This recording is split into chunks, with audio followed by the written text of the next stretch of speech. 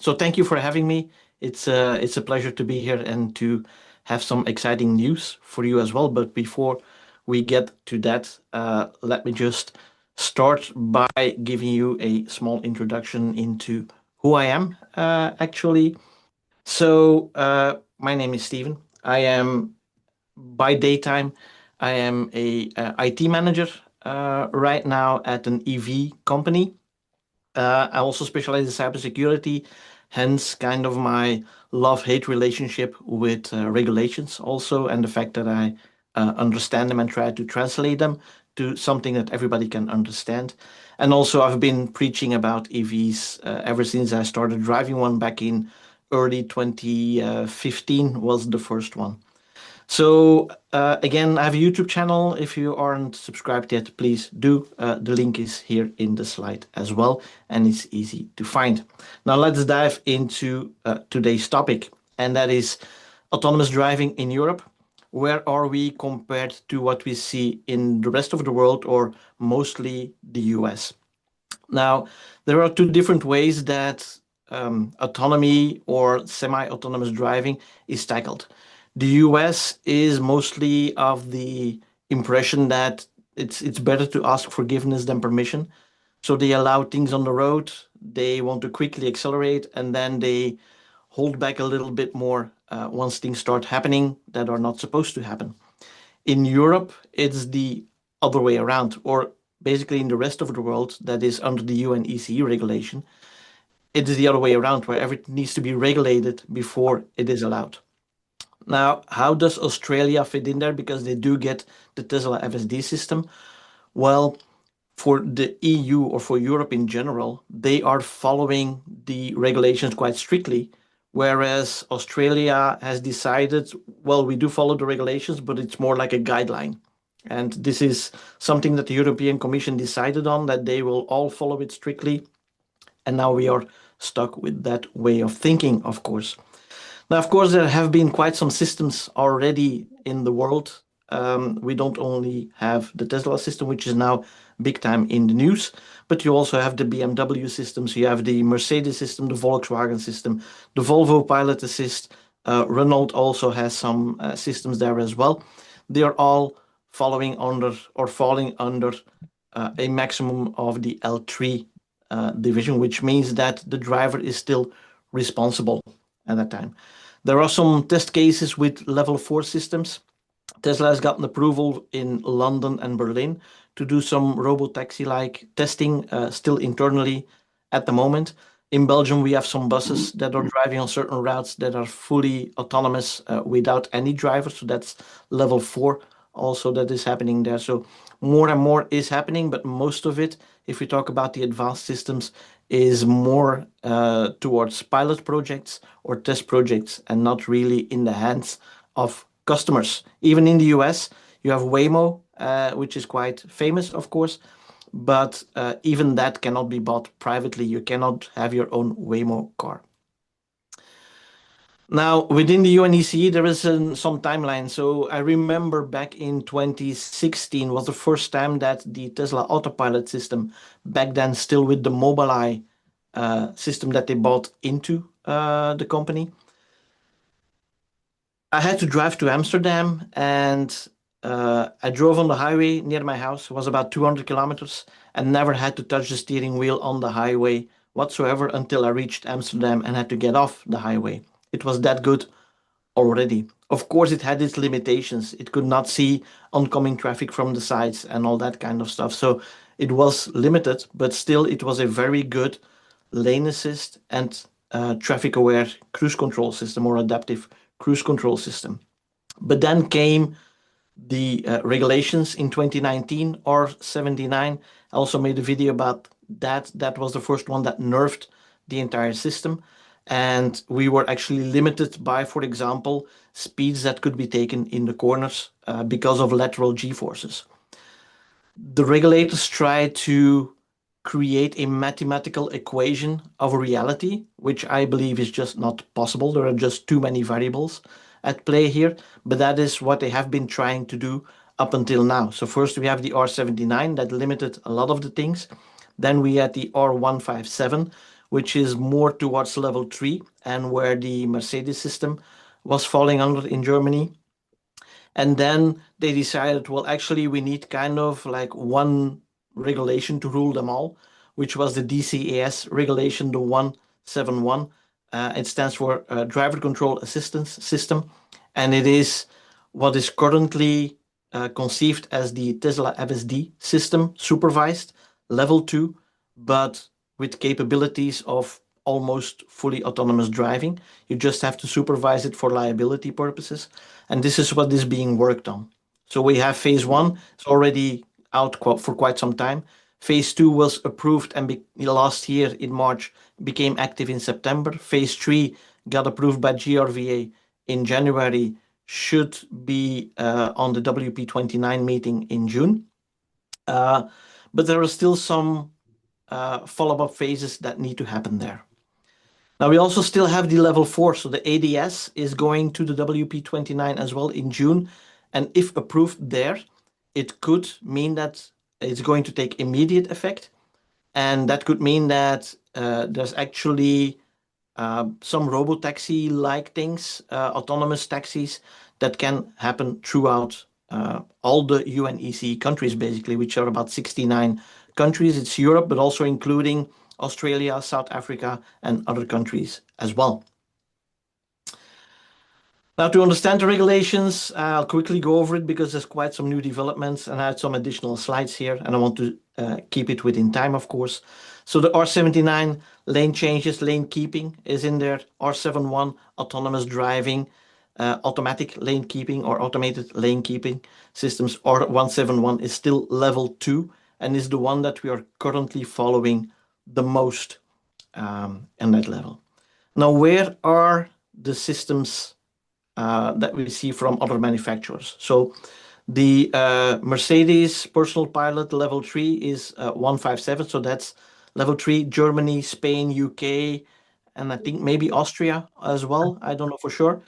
So there you can have hands-off, but it's very strict, right? It has to be perfect weather conditions, no roadworks, no emergency vehicles, and so on. And up until legally, it's allowed up until 130, and I believe that Mercedes or BMW, one of both, have increased it from 60 to 100 kilometers an hour, but it's kind of more like a traffic jam pilot than really hands-off autonomous driving because of the strict conditions that it needs to operate in. Ford had the Blue Cruise system, which is hands-off driving. They also went through the RDW for an exception, a lengthy process, which I will talk more about in just a bit. But it's only, again, limited to certain sections of highway and not everywhere. And then we have, I'll jump to the bottom first, we have the auto steer, which falls under the R79, which is just lane assist and the cruise control. And now we have FSD, which we've all seen probably from US videos, and now we are starting to see from European videos as well, where it is actually hands-off driving. Also in city centers, you just have to be very attentive and be ready to take over at any and all times.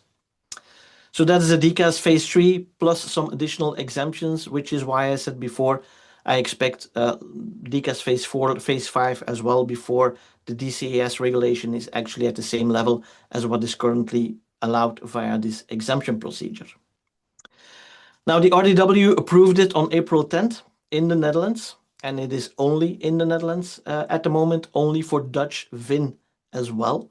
So my car, which drives into the Netherlands, is not going to be able to use the FSD. I don't even have the software downloaded to my car yet, but it is approved, and in the time, it's less than a month, people have already driven 10 million kilometers on FSD in the Netherlands. There have been 0 accidents so far, so it proves that the system is safe. Of course, it is going out to people that are more active with it, and they are actively testing this. It is going to be different when anyone's grandmother or grandfather is going to get the system and is expecting this, like, hey, this is going to be fully autonomous and not paying attention enough. those are differences that we still have to consider. But the good news is that as of today, there's been quite some news. So today we had the TCMV meeting for one. That was this afternoon. I will come back to that in just a minute. But first, I want to share some happy news as well, because the question is, RDW has approved it. That's Article 39. So they have approved an exemption. Now, when we're talking about Article 39, it goes to Article 40. That means they present it at European level. In the meantime, other countries can individually adopt it, not wait for that general approval. And then we had the big news today that our Flemish Minister of Mobility actually tweeted that she is fast tracking the approval with hopefully a decision by the end of this week. So hopefully, fingers crossed for myself, by the end of this week, FSD Supervised will be allowed in Belgium as well, at least the Flanders part. But that means that we can, for the first time, travel across the border, because the whole system is up until now geofenced. As soon as you cross the border, then it is, it is definitely disabled, and you even have to stop the car to re-enable your standard autopilot. So it's very strict in the geofencing part. For the TCMV update, so that's the Technical Committee for Motorized Vehicles. Those are the ones that decide on whether or not this is going to be accepted. They have gotten the presentation. I was not expecting we had some news about it, but apparently Reuters managed to get hold of somebody, and they published an article that mentioned that it was presented, but the TCMV still had some questions about vehicles exceeding speed limits, which is something the RDW actually approved. You can go 50% above the speed limit, but it's a user setting. So again, you are still always responsible for that. Performance in icy conditions, that is going to be handled for sure. No problem there. Detection of large animals, same thing. It's mostly the Nordic countries that has been, even the small animals are being detected. So there's no problem there. They have a problem with the name full self-driving, because it is not full self-driving. It's still supervised, but the name actually says it is supervised. So maybe that name will change. We don't know, but that's a small one. And they have a big problem with people like me contacting several instances in the government asking, okay, this has been approved in the Netherlands. What are you going to do about it? And are we going to accept it as well?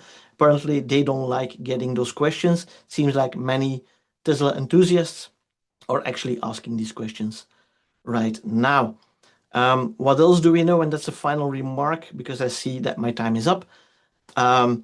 Is that from the UNECE, you have the ESTC, I believe it is called. They also published a letter where they actively want to counteract this motion to approve it on European level, which is something that I just can't understand why somebody would want to do that, because the thing that they are doing is expecting perfection from a system that is being supervised, while humans can still actually get to, let's say, they can cause accidents every single day, and they don't have a problem with that. I know it's a little bit of a black and white view, of course, that I'm presenting here, but for me personally, the system has been proven over 10 million kilometers in customer hands, not just by Tesla testers, that the system is actually really safe and it is helping. And our minister actually sees that value for sure. So I'm happy that she's taking that position. And let's hope that by the end of the week, we have another country, and then it's the first domino stone that will start rolling. So even if the ESTC has some influence on this TCMV meeting, which they don't really, they just ask the question like, hey, think about this, and we don't really like where you're going with this. Even if the TCMV says, nah, we're not sure, we want to hold off yet, then other countries can still adapt it individually.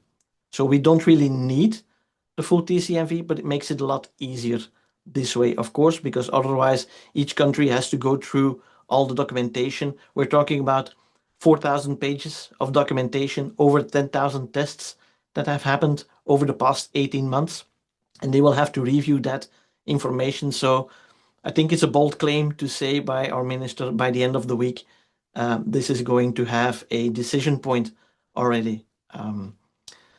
So yeah, with that, I think that's the latest news. News is still coming out as we are speaking right now. Maybe other countries will follow as well.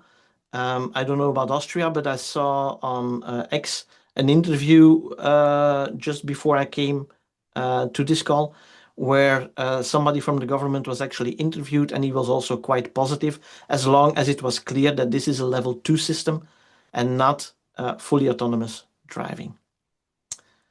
So yeah, if there are any questions, I apparently have gotten a few more minutes. We can answer them now, or we can go on the hour to the breakout rooms, and I'll answer any questions that you may have about the regulations. No problem. So thank you already for your attention. Thank you, Stephen. Wow. We're lucky in North America, I guess, that I've been using self-driving for 6 or 7 years. And I find it fascinating to hear how it's suddenly, all of a sudden, being released, and even the geofencing, that I don't think that was done anywhere in North America. So yeah, correct. And the thing is that you have to keep in mind, because you, as you said, you've been using it for 6, 7 years, going from, I think it was a version 6 or version 8 where it started. We are moving from old autopilot that is so flawed that it is somewhat dangerous to V14, which is just epic. That's true. It was a bit of a roller coaster ride in the early days. I would have loved to been there for the roller coaster, but yeah, we have been waiting for. I bought FSD for the first time in 2016 when I ordered my second car, saying, okay, this is going to come. It looks great. And we were making progress. And then in 2019, everything got blocked. And ever since then, we basically didn't get any decent update on autopilot. So we're still on a very old software stack that this is one of the things that people are concerned with as well, is I see autopilot and it makes mistakes and it does terrible things in some cases, but you have to drive FSD. You cannot compare both systems because they are totally different systems and totally different software that's behind it. Whereas FSD is now full AI, autopilot is if then else, basically. So yeah, you cannot compare it and you have to try it. I even have to force my wife to try it as soon as I get it because she doesn't want anything to do with autopilot. I think she will change her mind when I get when I get her behind the wheel on FSD. I will offer that one last thing, that that was exactly the case. My family, my wife didn't want to do it. Whoops, Jens, can we mute? There. She didn't want to be anywhere near it, didn't want to be in the car with it, and within about a month, she was using it all the time.